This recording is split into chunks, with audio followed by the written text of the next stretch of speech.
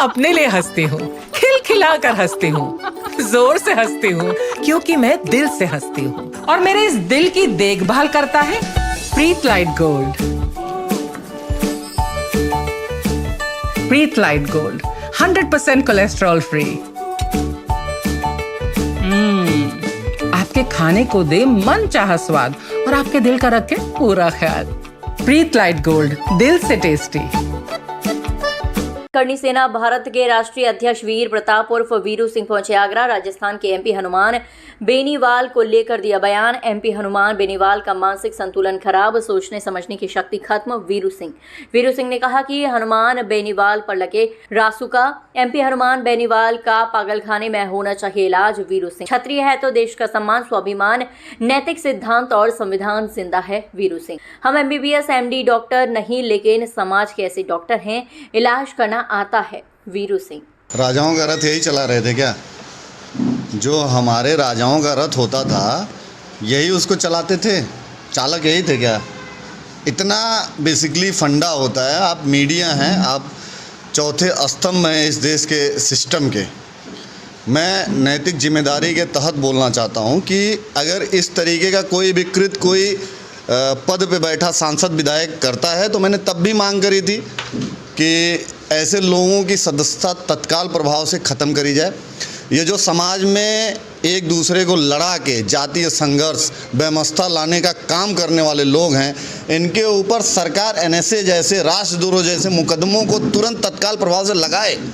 मैं ये कहना चाहता हूँ कि जिस तरीके से ये बोला जाता है संविधान में, ये मांग करी जाती है कि कोई पागल ना हो, दिवालिया ना हो, कोई करप्टेड ना हो, इस देश का निवासी हो। ये 4 मांगें होती हैं किसी को, पॉलिटिशियन को, किसी नेता बनने के लिए। पागल और दिवालिया इस टाइप के लोग होते हैं, पहले इनकी सदस्यता ख़त्म करनी चाहिए, क्योंकि ये लोग मेंटली हरेस्ड होते हैं। ये पागल हैं, ये दिवालिया हैं, ये सोचने की शक्ति इनकी ख़त्म हो चुकी है। ये पद पे बैठ जाता है, जो विधानसभा में बैठ रहा है, लोकसभा में बैठ रहा है, जो उच्च सदनों में देश का नेतृत्व कर रहे हैं, ऐसे लोग अगर इस तरीके का बयान दे रहे हैं तो मैं पागलों में गिनती करता हूं। और मैं ज़रूर कहूँगा आगरा की धरती पे बैठ के इस इंटरव्यू में, आगरा में पागल खाना है, ऐसे लोगों की यहाँ पर इलाज होने की ज़रूरत है।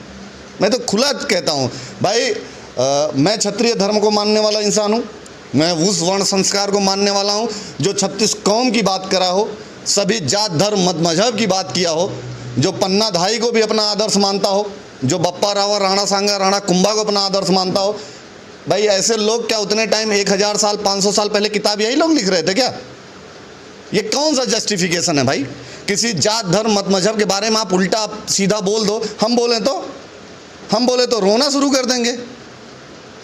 जिस दिन क्षत्रिय समाज बोलने पर उतर जाएगा, इस देश में ना एक नया सिस्टम तैयार कर रहे हैं लोग, अगेंस्ट टू राजपूताना। इस देश में क्षत्रिय समाज जब तक मजबूती से स्टैंड है, मैं दमदारी से कहना चाहता हूँ, क्षत्रिय है तो इस देश का सम्मान, स्वाभिमान और इस देश का नैतिक कर्तव्य और नैतिक सिद्धांत और संविधान सब कुछ जिंदा है। जिस दिन क्षत्रिय नहीं, ना राष्ट्र रहेगा, ना संविधान रहेगा, ना लोग रहेंगे। क्षत्रियों का इतिहास इतना गौरवशाली है। और किसी इस टाइप के लोग, मैं मुंह से मतलब ऐसे लोगों का नाम भी नहीं लेना चाहता, क्योंकि मैं ये नहीं चाहता ऐसे लोग TRP कमाएं। ये सब TRP के चक्कर में पड़े हैं। कोई छोटे से जिले का नेता है, कोई 2-4 विधानसभा का नेता है, सबको देश में चाहिए। आज के टाइम में करणी सेना के लोग जिसके पीछे पड़ जा रहे हैं वो हीरो हो जा रहे हैं ना। दिक्कत ये है क्योंकि इनको पता है कि राजपूत जिसके तरफ गलत नज़र से भी देखेगा वो अपने को हीरो समझने लगता है।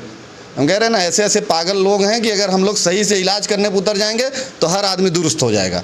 मैं ये चाहता हूं कि हम लोग संविधान में रह के देश की हित की बात करें। और मैं मीडिया बंधु से कहना चाहता हूं कि ऐसे लोगों का आप लोग लोड मत लिया करिए।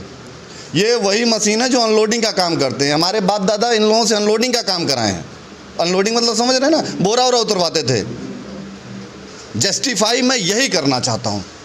क्षत्रिय कभी किसी जात धर्म मत मजहब की बात नहीं किया। मैं बहुत दमदारी से कहता हूँ, क्षत्रिय है तो हिंदुस्तान का वजूद है, क्षत्रिय नहीं तो हिंदुस्तान का वजूद ही खत्म। सनातन सभ्यता दुनिया में इकलौती सभ्यता बची है। केवल हमारे बाप दादाओं ने मुंडी काटी और कटवाई है, तब ये सभ्यता जिंदा है। नहीं तो सब अल्लाह अकबर टोपी पहन के करते किसी मस्जिद में जाके पूछिएगा ऐसे सांसद से कि तुम्हारे बाप दादा आज जो फलनवा ढिमकनवा कह पा रहे हैं ना, वो हमारे बाप दादा की तलवारें खड़ी रही तो कर पा रहे हैं, नहीं तो हमको पता है तलवार देख के सलवार का नाड़ा खोलने वाले बहुत लोग हैं इस देश में, मुझे कहने की ज़रूरत ना पड़े। और फिर मैं कहना चाहता हूँ, मीडिया के बंधु के माध्यम से चेताना चाहता हूँ कि गलतफहमी का शिकार मत बनिए।